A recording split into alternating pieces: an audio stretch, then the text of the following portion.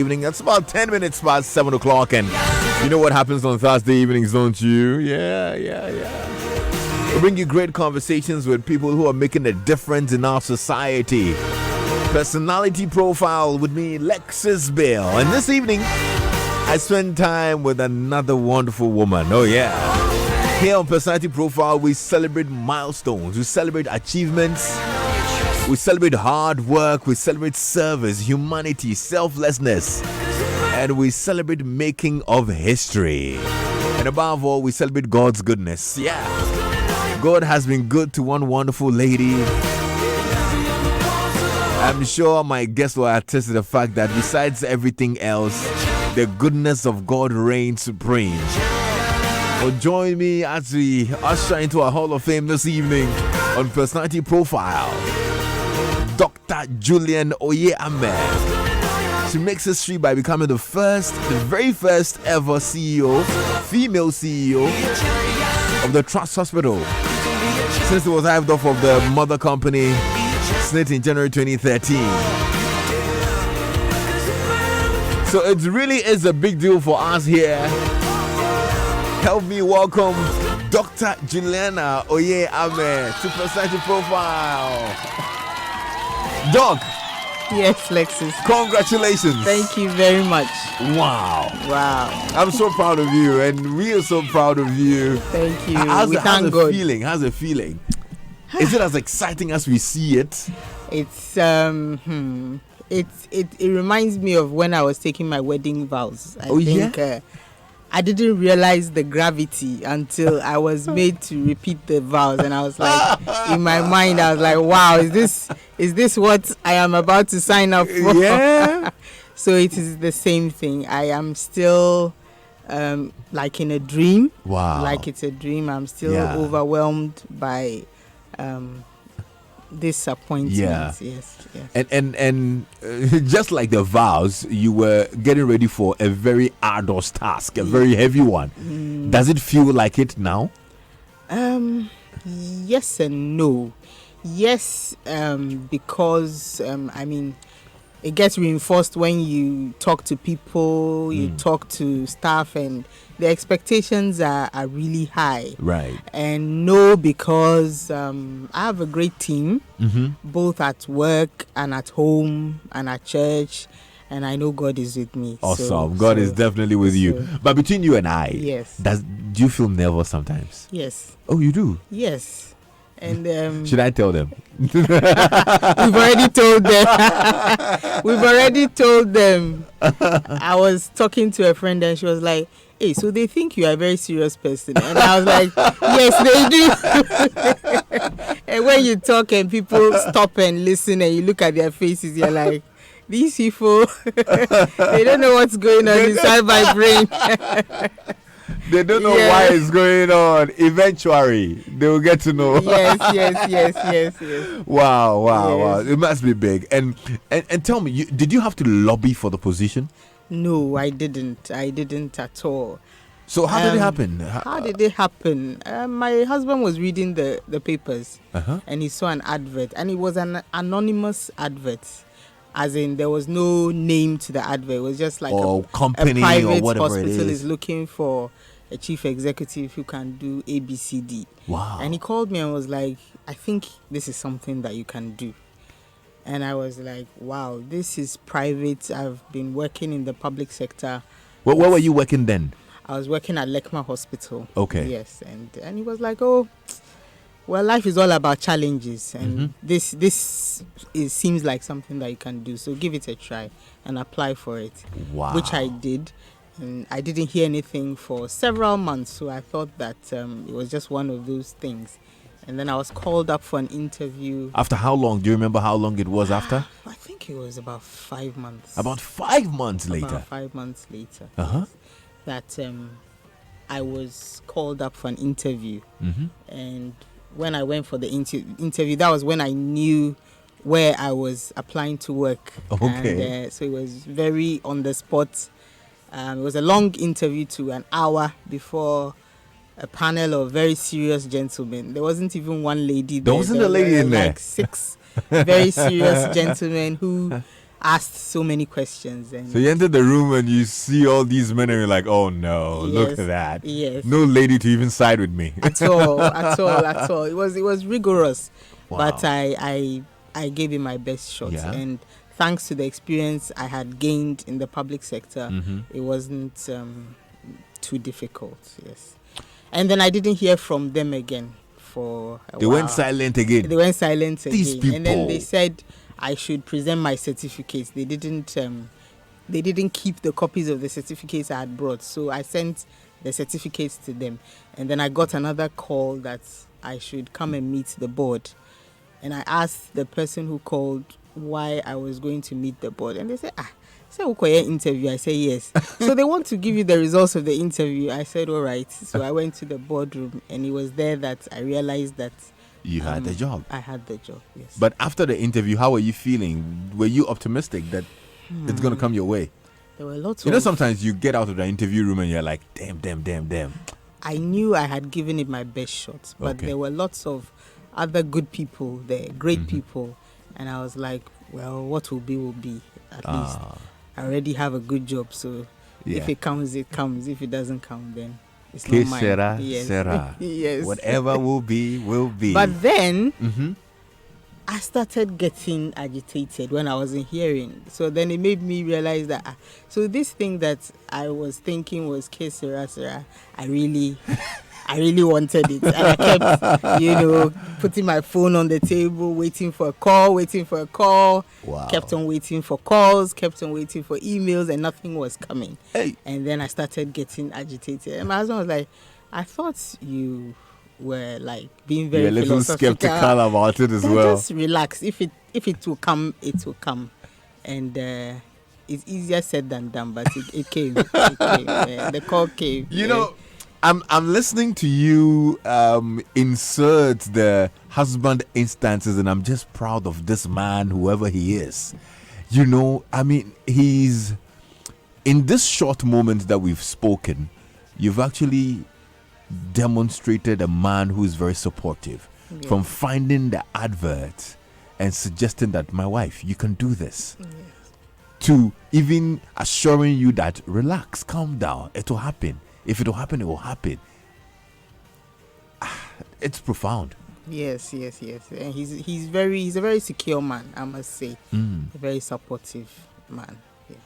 Well, men out there, I hope you're listening and you're taking notes. This is supposed to be about Dr.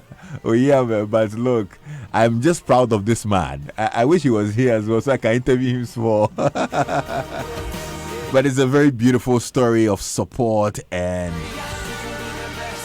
well, she's now the first CEO of the Trust Hospital. This month, actually, we are partnering with Trust Hospital. It's the Pink October month. So if you've been listening to the Cosmopolitan Mix, there's been daily updates on breast cancer and screening and tips, and the team have been roaming around the city from company to company screening. Tomorrow, actually, the Trust Hospital team will be here. Is that it? Yes. We'll be here at Joy FM. So if you might want to come through as well and get checked, man or woman, it's not just for women. Remember that. So tomorrow I'll be here. I would want you to do my screening for me.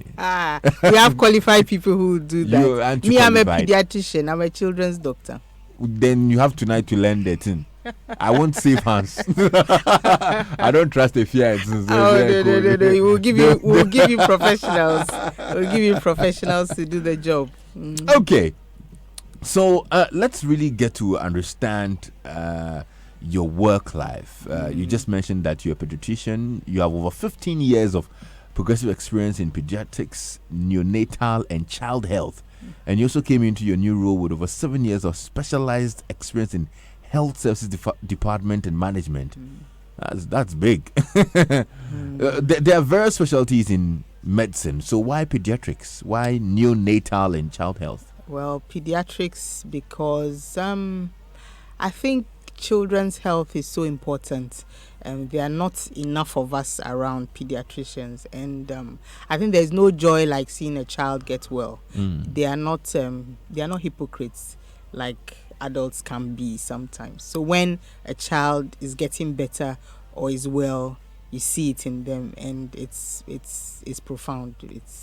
It's exciting. So that's why I chose it, to be able to see the change in the lives of children and their families. Even before getting into it, yes. Is this your line of thought or something else? Kind of motivated it? No, because in medical school it was even one specialty that I found very rigorous, because pediatricians are very meticulous, and they are not as friendly as you would expect them to be outside the consulting room, because they are very exacting, and you can't afford to make mistakes. Your patients can't talk, so you have to really, be vigilant to pick up all the signs. So what, medicine has always been in your blood? Your father's medical doctor? Yes. Your mother's a dentist? Yes, your brother's therapist. My brother is an obstetrician. Oh. And he's married to an obstetrician as well. And I'm also married to an obstetrician. Oh, man. Look at that. Wow. Yes. Oh, it's interesting. Man. So what, are you raising doctor children already now? I think so. I am very sure the whole family from this generation to the next generation will be full of medical practitioners. I think so. So the influence is from family? The influence is from family, definitely from family. My dad is a very passionate doctor, and it's spilled over into every area of his life. Is he still practicing? He just retired last year at the age of 80. This man. Yes. He's been working for 80. Yes, he was working for that long. Wow. Yes. So how was growing up like in the house of a doctor and a dentist? Yes, it was an interesting life, very challenging. They had high expectations, so you couldn't bring home anything less than the best. And we were encouraged to work very hard. In fact, I've been working hard since I was little, working hard at academics. My father used to even read newspapers and underline things. And if you were listening to the news, he would ask you what the highlights were. This was when I was as little as maybe 12, 13. So he's been very disciplined. He encouraged us to have a lot of discipline and work hard. So we have a very strong work ethic. How many siblings do you have? Just one.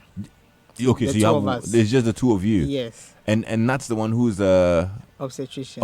Obstetrician as well. Yes. Wow. Yes.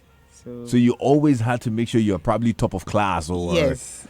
something or around there. Yes, and sometimes it was frustrating because you brought home this excellent report card, and people who were behind you had parties going on for them, and you brought it home to your dad, and he was like, okay, well done. But okay, try harder next time. Now we're looking to the next class, and have you got the files for the next class, and have you got the books, and do you know what you're expected to know, and all of that. So there was never any one of those dads who would make sure you read the syllabus before you even go to the next class. Yes. Oh my! He was goodness. like that. Mm-hmm. Wow! Yes. But it did help. It did contribute to making you such a bright person. Yes, it did. And my children also have that same experience when they go to stay with them. Like, Grandpa is very, very particular. He's very, very particular. That you have to think through. Whatever it is you are coming to tell him. And it's do you think there's like a part of you that would have, preferred another profession other than medical doctor or medicine? Yes, I actually had an interest in law at a point in time. Yes. So by now you would also be matching in red. Yes. maybe. You did have an interest in law. I had an interest in Where law. did that come from? I used to admire. I think it was the outfits, the big, the cloaks and the wigs, and the gown and the wig. The gown and the wig, and the way they were so eloquent and they could speak their points and everything. I liked it. You admired it so much. I admired it so much. So would you say it was your father who kind of, directed your career path? I think to a large extent, and I think he modeled it before us, and so it was something that we saw and we admired as well. So it was quite easy to fit in from there. Yes. So I'm sure when you were much younger, you have had experiences with the hospital setting and whatnot. Did he introduce those things to you, probably informally? No, not really. Probably when you had to wait for him to finish a clinic, then you would sit in the waiting room and all of that. But he didn't pressure us per se into doing it. I think it's what he modeled, what we saw, and then we just sort of fell into Which schools did you attend? Well, I was born in Ghana, and my dad went around the world. He went to the UK, so I did primary school there. And then he decided he was coming back to Ghana when there was a coup. And so he said, okay, let me go to Nigeria. And when things stabilize, I'll come back home. And coming back home took another 20-something years because we were going from one school to the other. So I went to a number of schools. I went to the staff school, that's the university staff school, because I did part of my education in the UK and then parts in Nigeria. And then the secondary schools too were two.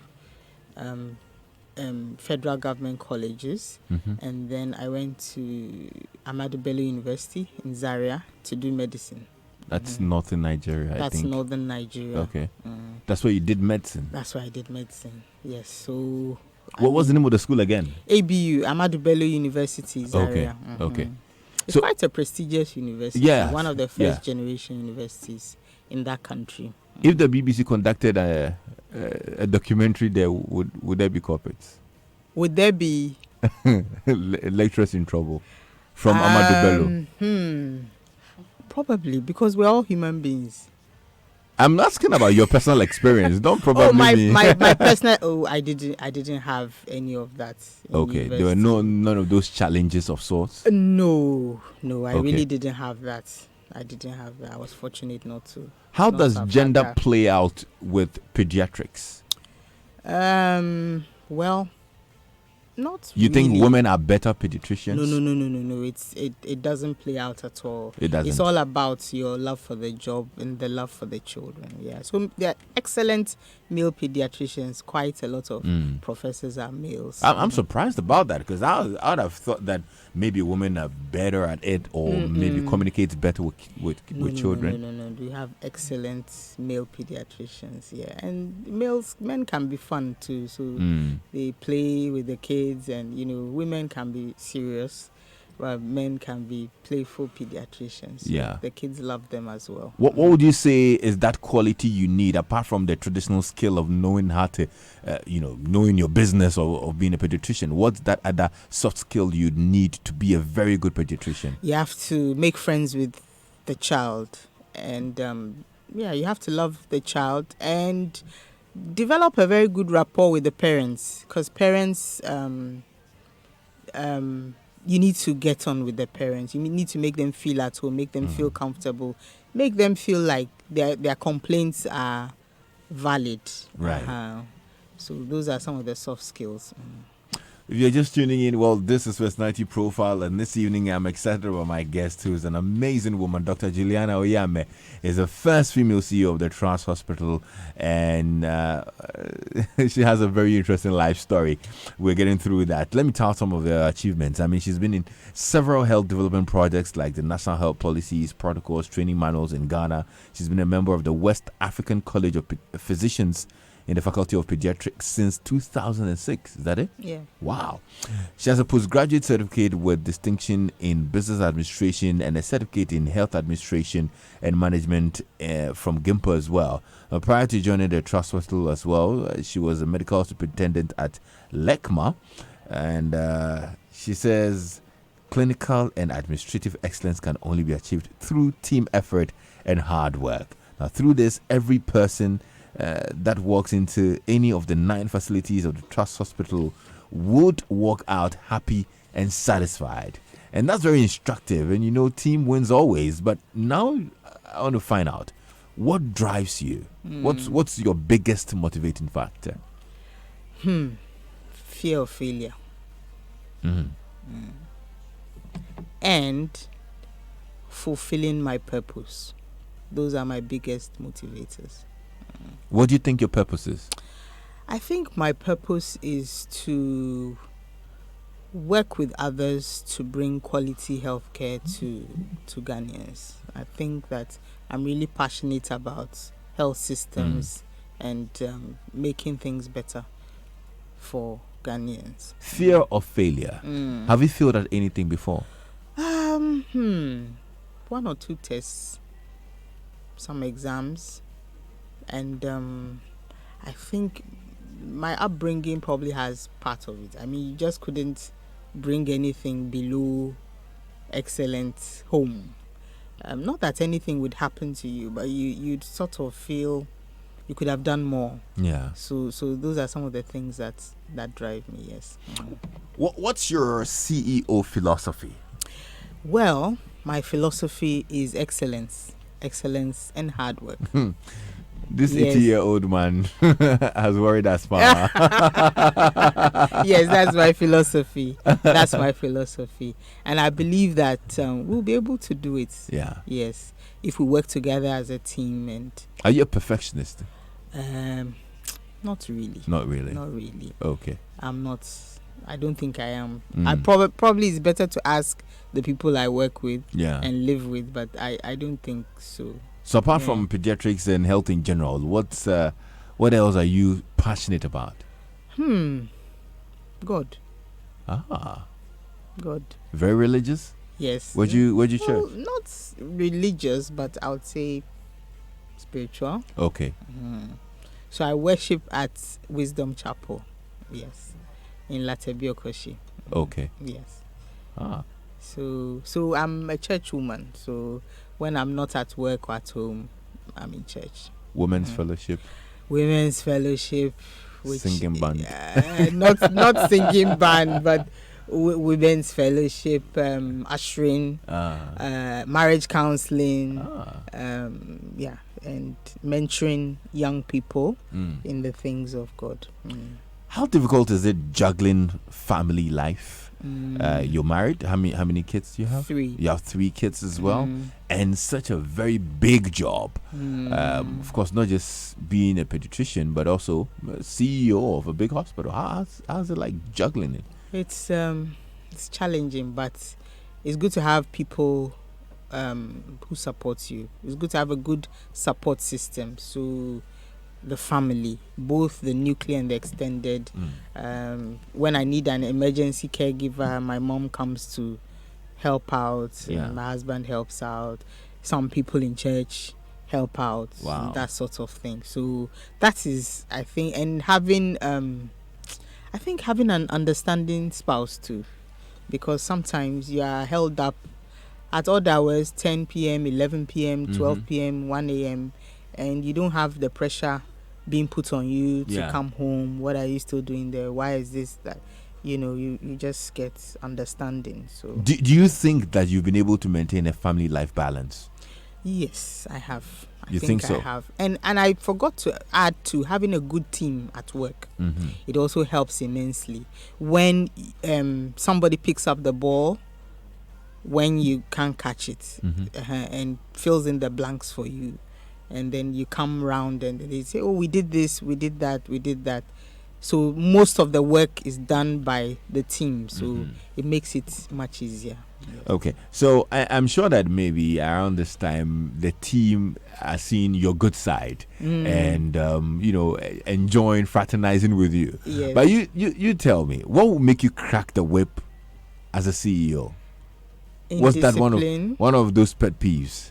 Indiscipline, bad attitudes, disrespectfulness, laziness, I think, and carelessness. And also, I think those. hey, team trust. Those. Are you listening? Okay. Those bring out. Why are those important to you? Because health is it's time. Time is health. Things have to work properly for people to live, and there's a thin line between life and death, and sometimes it's only a few seconds. So you really don't have the luxury of taking things easy or working at your own pace. Okay, so to be fair, what would make you approve of, let's say, a raise in salary or a promotion for someone? If I see that your output is very good and you have a positive attitude, you're a good team player, and I see that you need to be rewarded for your labor, why not? That would motivate you. Well, what would you like to be remembered for during your tenure? Or should your tenure be I over? would like to be remembered for taking the Trust Hospital to the next level, making us global players in the field of healthcare, not just in Ghana, but internationally, and raising the level of the quality of care of patients that come there. All right. Now, have you ever had, and I'm talking in the line of duty, had a very sad moment?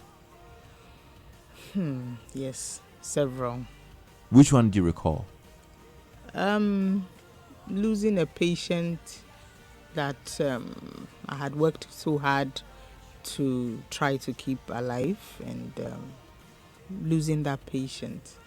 And I think that's very traumatic, yes. And it was a preventable death. I mean, if the child had been brought in earlier, the life could have been saved. Yes. Yeah. Is there a difference between the feeling you get when a child loses their life and when an older person loses their life? No, I think life is life.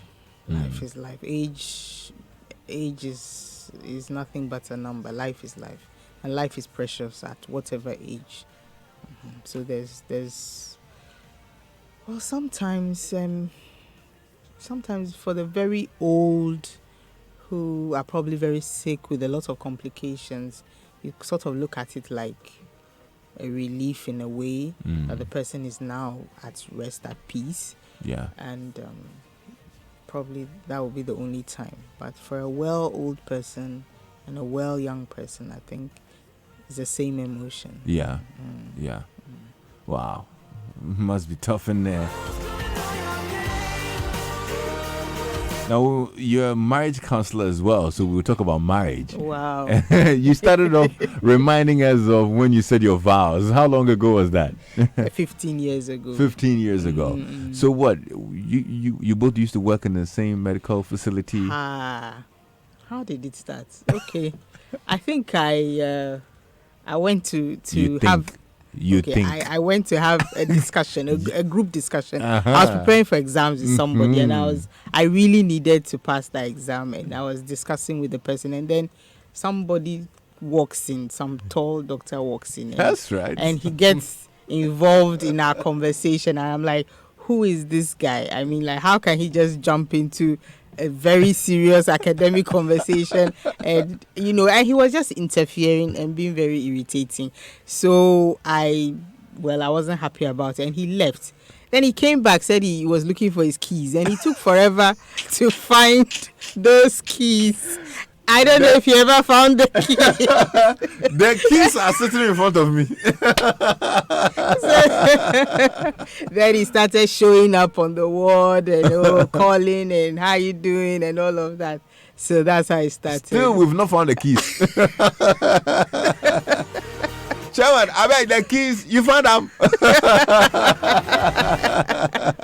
Yeah. Wow.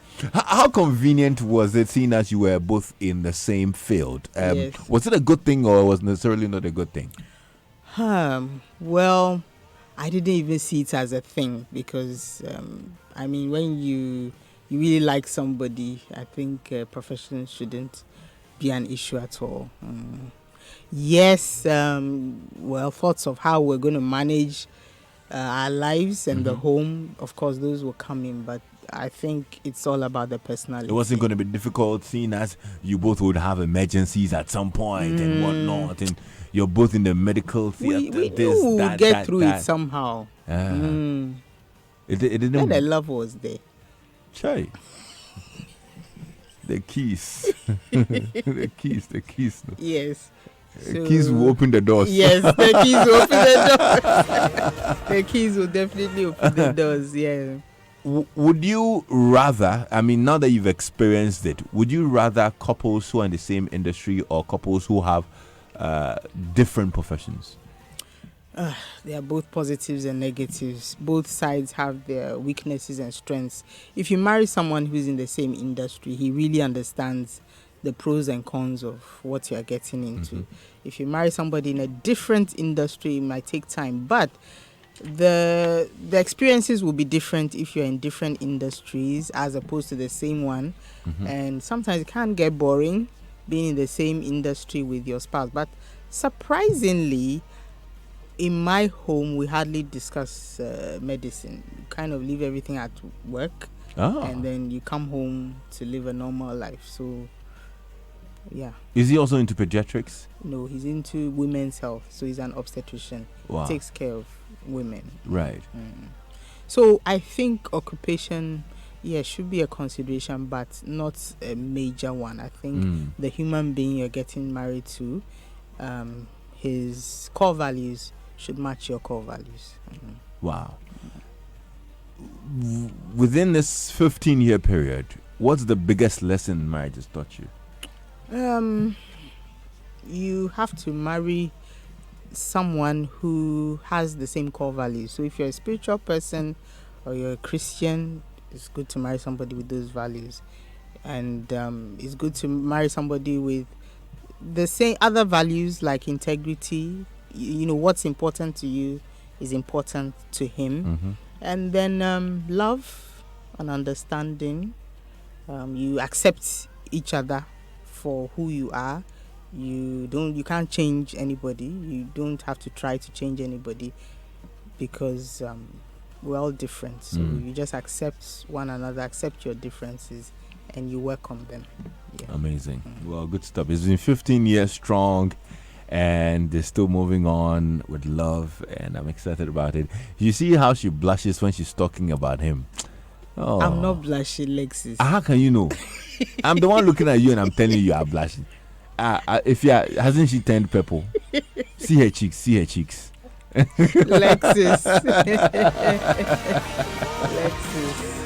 Oh dear.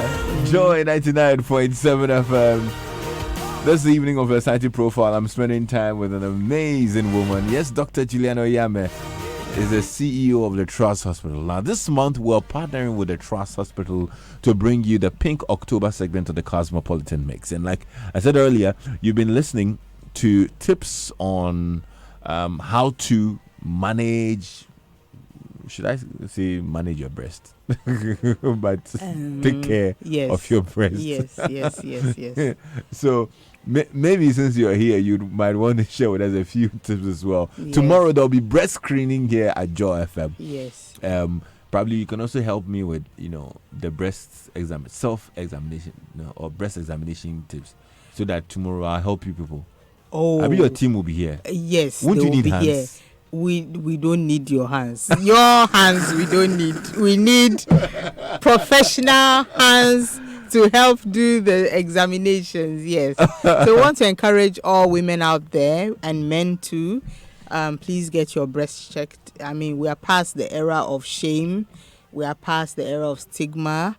Let's come together and take care of this problem. It's such a shame seeing people coming with advanced stages of cancer and all of that.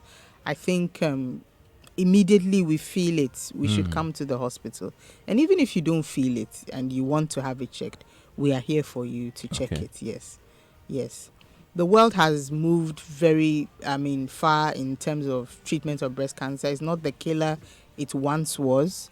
And there are new innovative ways of treatment. So the key is to pick it up early so that we can deal with things quickly. Okay, so make sure you get it checked. If you haven't checked this month, please make sure you get it checked. You can come by Joy FM tomorrow. We're doing free screening. And like she rightly said, there'll be professional hands, not my hands. Not your hands. If you request for my hands too, we can do that. You know what Miss Emma Morrison said? Emma Morrison said that when I said I wanted to help, she said, "Oh, no problem, Lexis. So we're going to train you on how to do it so that you take up the men." That is interesting. So that is interesting. I'll do the screening for the men. Yes. Now, a big boy. The Abeku who come and stand there now, the person is chest. Yes. But we'll give you a chaperone to make sure you do it well. Okay, that's good.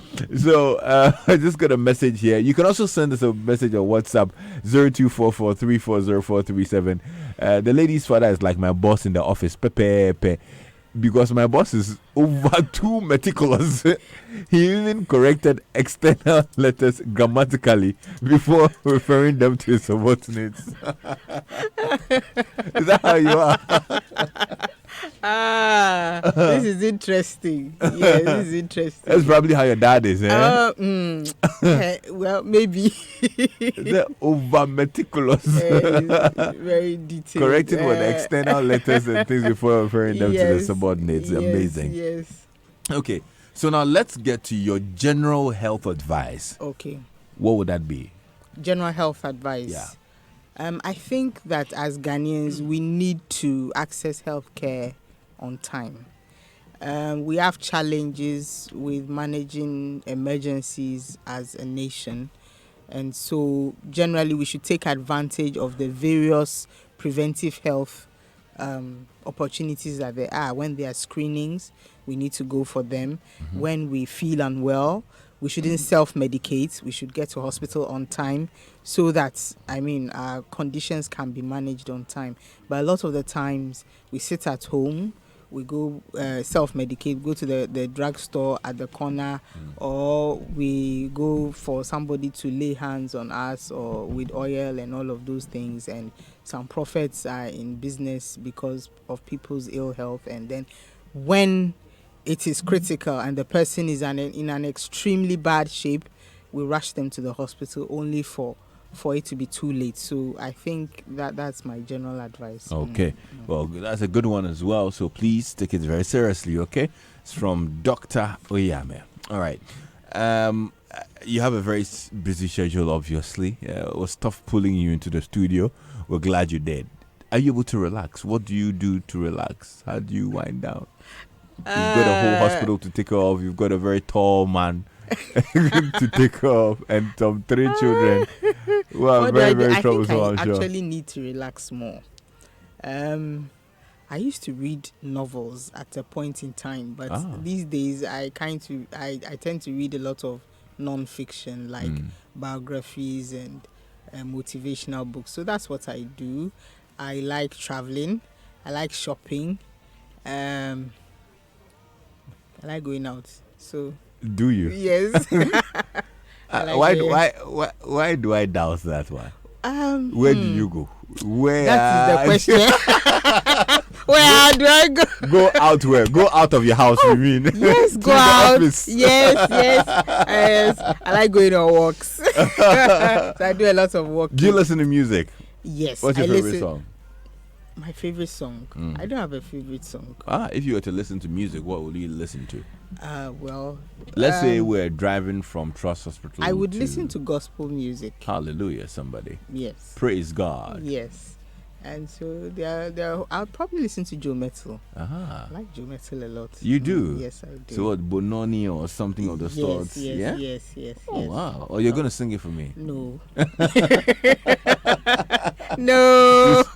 You saw that coming. I saw it coming, and I knew there were some things I would not do on this show.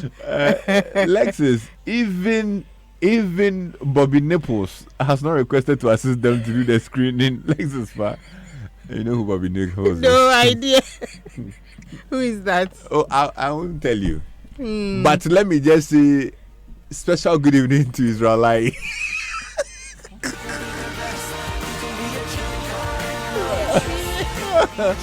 See, even he's not requested, and you like this.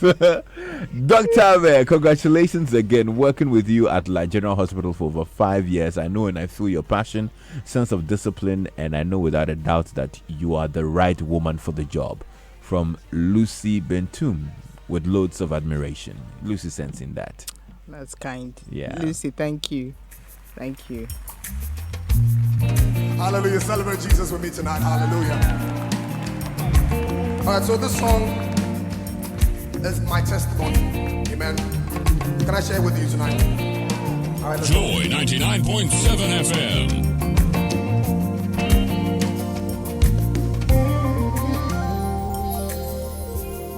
I am who I am because of you. If it had not been for you, tell me where would I be? I was lost and sinking deep in sin. But you reached out your hand and rescued me. No one else can do the things you do. There's no one else but you. I am who I am because of you. If it had not been for you, tell me where would I be? I was lost and sinking deep in sin. But you reached out your hand and rescued me. No one else can do the things you do. Oh God, there's no one else but you. So I say this. Oh no, oh no, oh no, no one else but you. Oh no,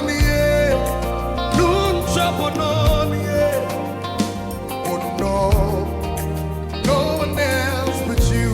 Ladies and gentlemen, welcome to Luigi McLean. Never thought that you could love someone like me, to give up your life for me, yeah. You even go on and call me your very own.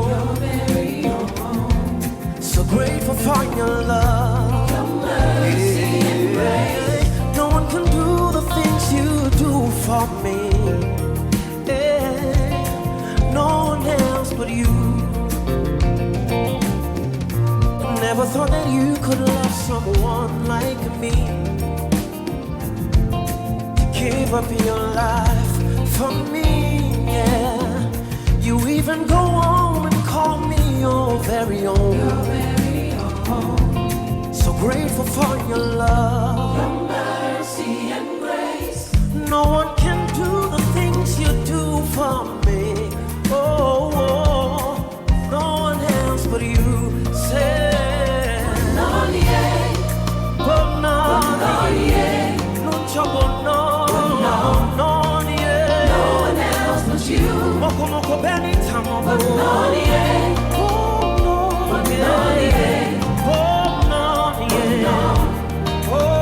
one else but you. And that's Joe Metals Bunoni. How to play this song for Osafu Mami. Yeah. Dr. Juliana Oyame here on Joy 99.7 FM. And Felix in Northridge is asking a question. Now, Felix says, what do you do if it's obvious that a person needs medical attention, but he refuses to go to the hospital because of his religious beliefs?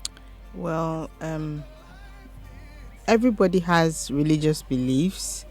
The person needs to be educated, needs to be convinced, needs to be persuaded and told the advantages of seeking health care. We all have different fears. We all have misconceptions about hospitals. But I believe that talking to such people, education breaks that. You've met a few of these instances. Oh yes, a lot of people, even our own relatives. Wow. Our own relatives. People don't want to go to hospital. I was talking to an elderly lady yesterday, and she was like, she doesn't want to come to hospital because she doesn't want to be admitted, and she knows that if they see her, she'll get admitted. So even when the children brought her to hospital last week, she didn't tell them the whole truth because she didn't want to appear so sick that she would need to be admitted. So people have fears, so they just need to be talked to be counseled, and most people accept. Okay, well, good stuff. I know you're good at your job and you'd always offer good advice. It's been great, really great spending time with you. I'd leave you to give a word of advice generally to young people who look up to you. Well, my words of advice would be that nothing good comes easy or nothing good comes cheap, and we should be ready to pay the price to achieve whatever we want to achieve. With God, all things are possible, but we also have to do our own part, and we should believe. Once we believe, or we have that dream, they can come to pass. I'm a living witness that dreams do come to pass. Wow. I mean, you don't have to lobby, you don't have to know somebody. If you are that good, people would come and look for you. That's right. So be good at whatever it is that you're doing. Be excellent at whatever it is you're doing, and definitely you will shine through. There you go. Evelyn just popped in with a message here. Hello, Dr. Amir. What a surprise to hear you on Personality Profile. Was fun listening to you. I remember, she said unfortunately she tuned in around 7:26. I remember you used to come keep your stool samples in our freezer. Back at La. About some years ago, 10 years ago. Wow. Congratulations on your new appointment. Surprised to see you there yesterday. Stay blessed. Evelyn. And that's from Evelyn. Hey, Evelyn, you can't release keys like that. I was working on some research. I know. And I used to take samples and all of that. I'm surprised she remembers. Yeah, she does. Evelyn, thank you so much for sending in that message. I mean, one of the most profound things I'm going to take off this conversation is that gesture by your husband who says, look, honey, I think you should give this job a shot. I think you should try this. And went ahead to encourage you to say, calm down. It will all work out well. God bless him. What's his name again? Emmanuel. Dr. Emmanuel Ame. Okay. He's tuned in, I guess. I hope so. Dog. Charlie dog, the keys, what's up? It be padlock or it be door. Thank you so much, Thank Dr. you so much, Juliana. Lexus. Oh yeah, amen. Thank I'm you, Lexus sir. Bill. Thanks to my team, Adam Naite, Philip Nye, Abeku Sankofi, Sonofori, Kweku Ababio. See him. I found the key. Oh, that's Dr. Ahmed. Dr. Ahmed sent in a message right now that he found the key. Well, obviously, you did. Young men out there, please misplace your keys on purpose. This is interesting. You would end up with a gem. I know. She's with you in the studio. Doc, God bless you so much. Yeah. Have a great evening. Thank you. Yes, sir.